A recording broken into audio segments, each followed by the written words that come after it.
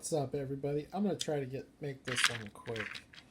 Found some new Matchbox license model, new release stuff today. This Jeep, pretty cool. I actually like this. I think this is my favorite color. Just wish they would have done some taillight detail. Nice Jeep truck though. Really looking forward to the Greenlight. Oh, by the way, this Dow Corning 732. This is dry. Interesting stuff. A lot of uses. I did use it for to get the wheels onto this thing. So this thing is now good to go. Wheels aren't going anywhere. They roll great. Now we're good to go. So a lot of awesome uses for that stuff. I can see some diorama water uses as well as other adhesive uses. Maybe maybe like doing a safari rack, that kind of stuff. Wheels, I'm going to start grabbing a few of the Greenlight wheel accessory packs. So, and the stuff is less than $5 for a 3-ounce tube. So any of you that are into customizing or dioramas should pick up a tube. It's pretty good stuff. Anyways, let's see what we got here. So this one's been out a while. 2017 Audi. I've always called it Audi. It's the Avant RS6. This is the 2017 model from Hot Wheels. This is the 1994 model from Matchbox.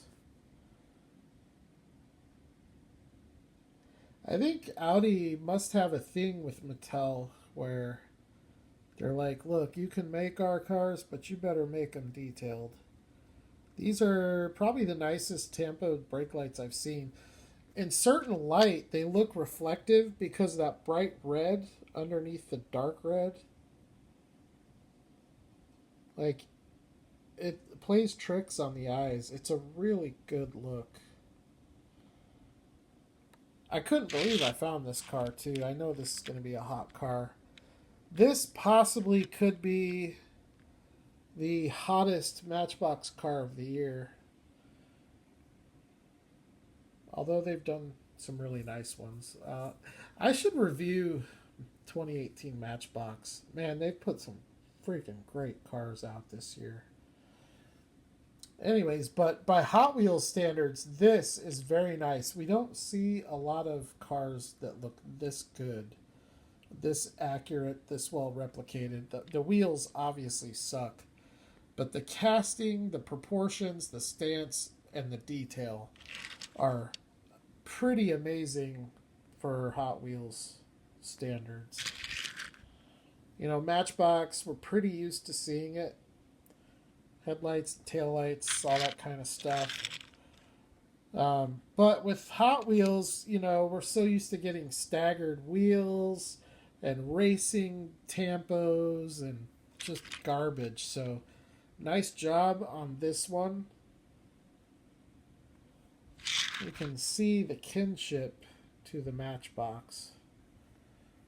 That's an awesome pair of station wagons to have, which will segue me into the next part of this video. But before I go into that, I have to show you this other car from Matchbox, the Porsche Panamera. Just sick. Look at the headlights. I love this dark brown, almost like a mahogany color interior. The way that contrasts with the blue is just killer. And then obviously you've got some great detail. So Matchbox, 94 cents. Hats off to you. By far the best value at $1. And I've really enjoyed collecting the Matchbox license models this year. It's been quite fun, and I found all of them. The only one that I haven't been able to find is the stupid Escalade, but I got a couple of them sent to me, so I found this, and I'm curious about it. I'll have to get my others out, because this one here looks quite a bit darker than the others that I've seen. So I don't know what's up with that, but this one is really dark. I might have to crack it. It looks really good. I don't know. If so, that'll be for another video. Alright, because the main purpose of this video is the amazing beauty that we just got from Greenlight.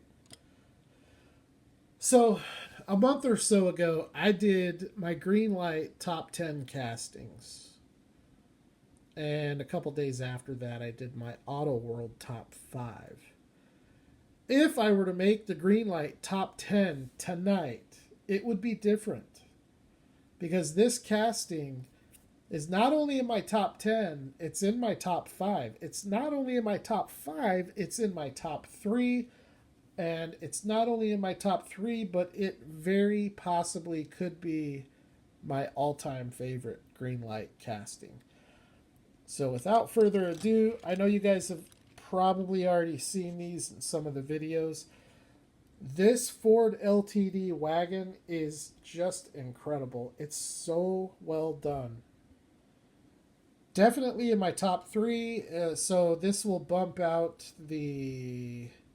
So what were my top 5? I think I had the C10, the Crown Vic, and then it was the Ram Charger, the Mustang, and was it the 510?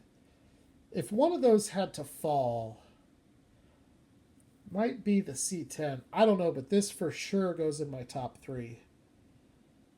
My top 3 is the Fox Body, the Dodge Ram Charger, and this Ford LTD wagon. This is just a brilliant casting.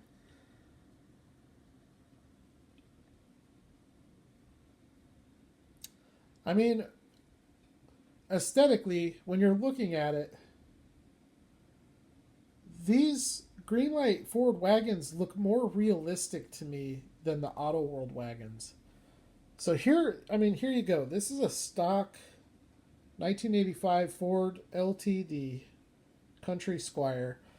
This is a 1966, I think, Chevy Biscayne.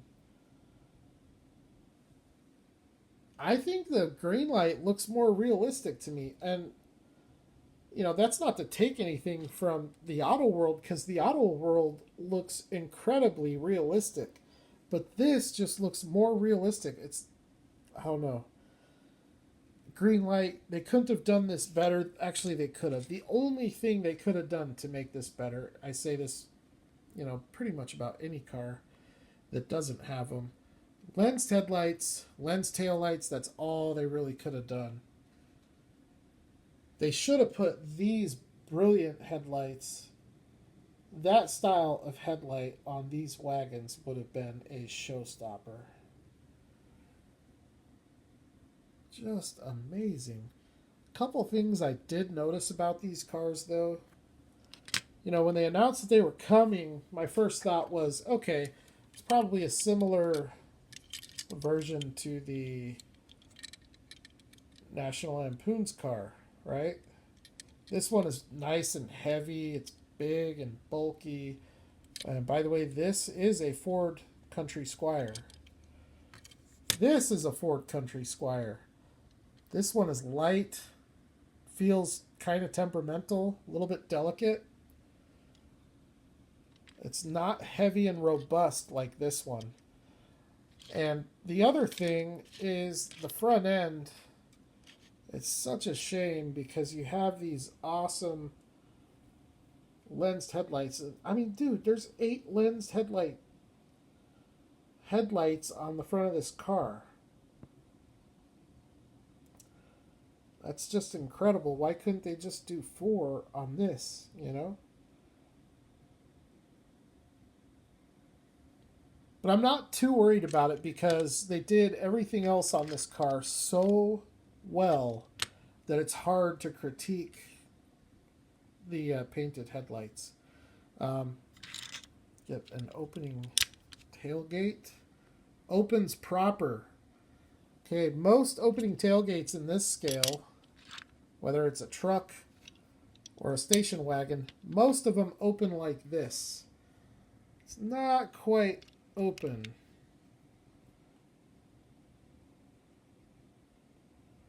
That carpet needs to be vacuumed.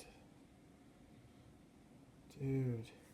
This one, though, opens proper. I mean, you could set a case of beer on there, roll a couple sleeping bags out, and you're good to go.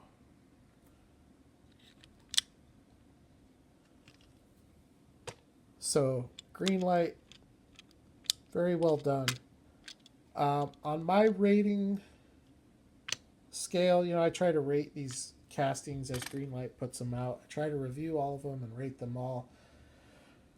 This casting gets a very easy 9 out of 10 because they did as good of a job as you could possibly do on this car without giving it lensed headlights and taillights.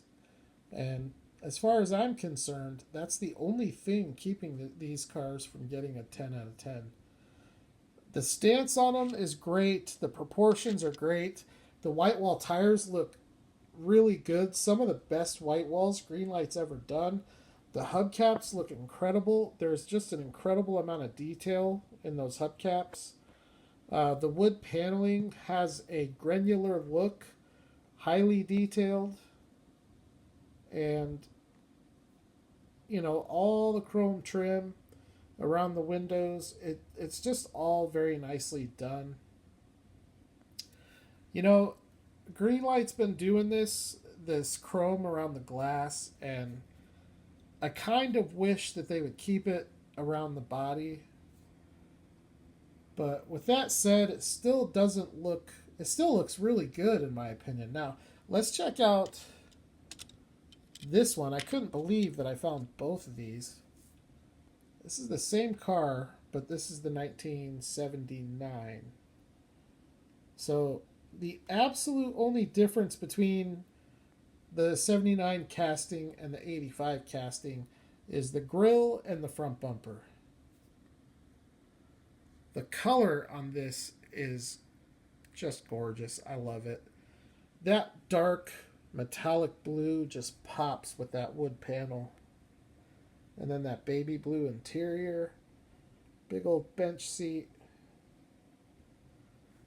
My parents had a big station wagon like this when I was, well, probably the first 7 years of my life. Ours was a Chevy Caprice, probably a 83 or 84. Man, I would love to see Greenlight do that car. But here's the difference from the 79 front end to the 85.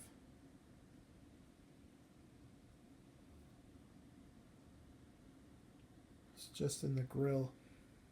I could not be happier with these cars. Greenlight is just killing it. Just killing it right now. By the way, as I've sat here looking at all these wagons, I've thought about this. This car here, I'm going to make a bold prediction. I would say if I were you guys and you don't have this family truckster, go out and get it. Get it while it's cheap. Because this is one of those cars, there's no use for this casting. It's a fictional car for the one movie. It's never been seen anywhere else. I don't think Greenlight's going to continue with this license. So in other words, I don't think they're going to be producing any more of these family trucksters. So go out and get them while you can. There are 3 different variations of it. This is the clean, original. And then there's one that is missing the hubcaps and it has the honky lips graffiti. And then there's one missing the hubcaps with the honky lips graffiti, and all the dust and dirt after Clark jumped it. That one came with Aunt Edna, who sits on top. It also came out in a couple of different hitch and tows, a Hollywood hitch and tow and a hobby exclusive hitch and tow. Those castings are going to be simply just variations of one of the other three. But I would say go get it. Get your example of this while you can, because I am not convinced that Greenlight is going to renew this license. I just don't think it would be lucrative for them to do it.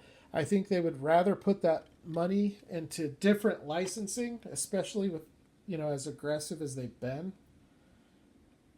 Yeah, these cars, I just can't get over how awesome these things look.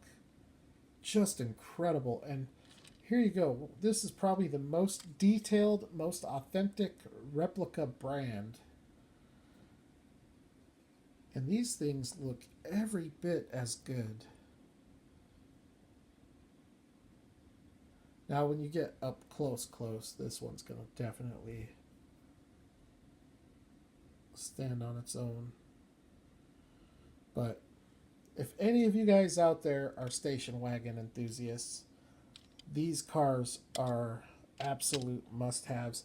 I can see these cars being very popular, and I can also see them increasing in value over time, especially if Greenlight doesn't get too crazy with the production.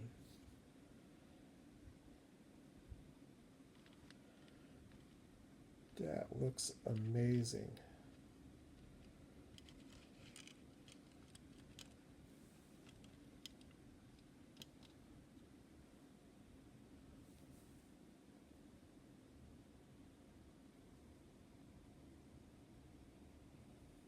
Well, thank you everyone for watching this video. Here are some other station wagons worth looking at. I do have a couple of packages that are on the way. One of them I should be getting Monday or Tuesday. Hopefully both of them, but one of them I know I'll get Monday or Tuesday.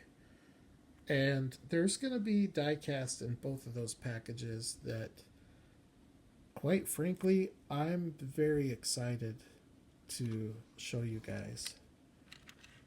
Going to be some very rare, very hard to find die-cast.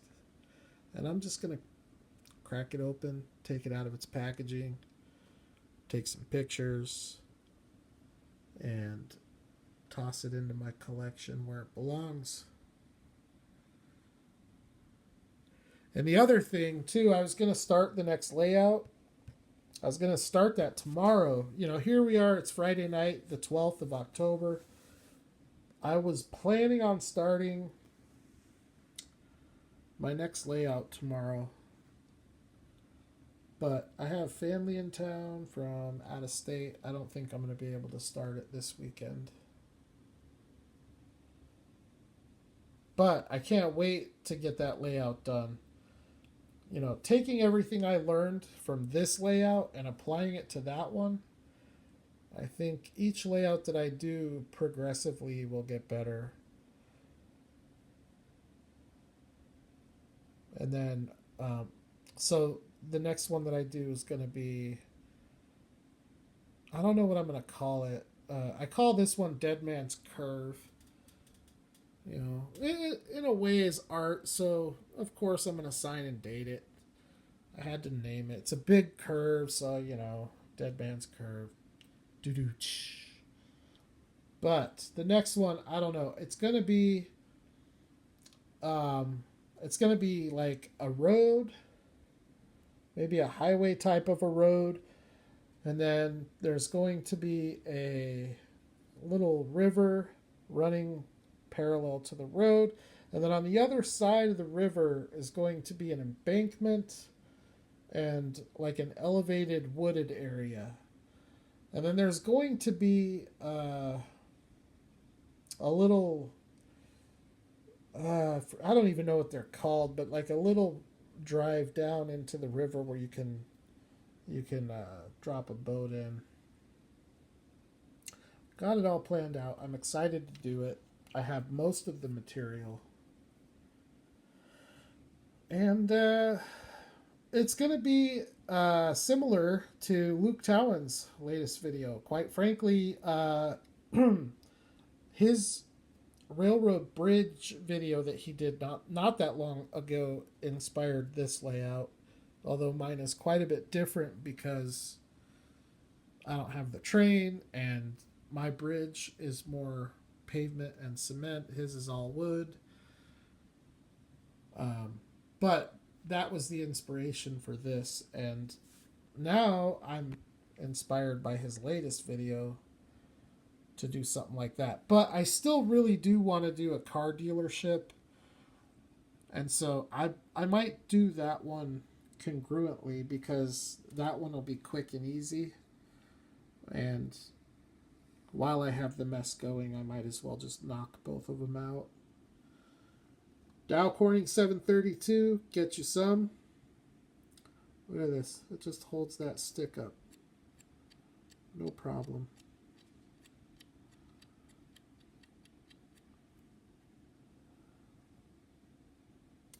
Here's a big glob of it.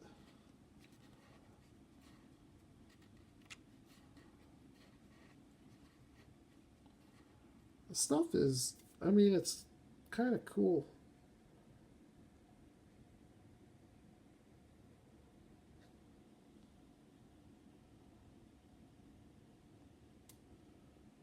I wish there was a way that you could apply it to make it look like a puddle.